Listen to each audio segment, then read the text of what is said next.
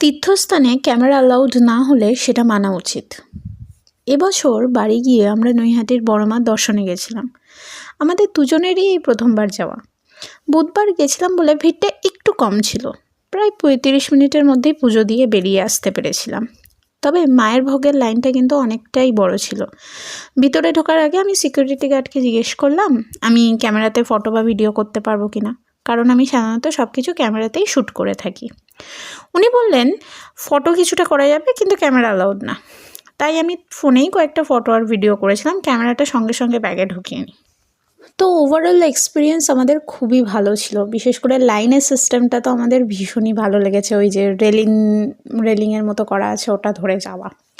তো এবার ব্যাপারটা হচ্ছে যে আমার মনে হয় এরকম প্রচুর তীর্থস্থানে আছে বা মন্দিরে আছে যেখানে ক্যামেরা অ্যালাউ আছে বা অনেক জায়গায় ক্যামেরা অ্যালাউ নেই। সেগুলো একটু মেনে চলা বা পারমিশন নিয়ে ঢোকাটা ভালো, কারণ এই রেস্ট্রিকশনের পিছনেও কিছু কারণ থাকে যা রেসপেক্ট করা উচিত। যদিও সেলিব্রিটিদের ক্ষেত্রে সবসময় এটা থাকে না বা কোনো সময়ই থাকে না, দেখি তো ফেসবুকে বা নিউজে।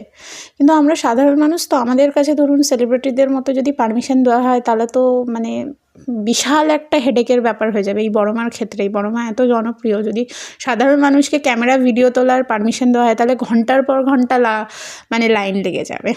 তো যাই হোক, সেই জিনিসটাকে রেসপেক্ট করা উচিত, যেটা আমার মনে হয়। আপনারা কি বলেন? কমেন্টে জানাবেন।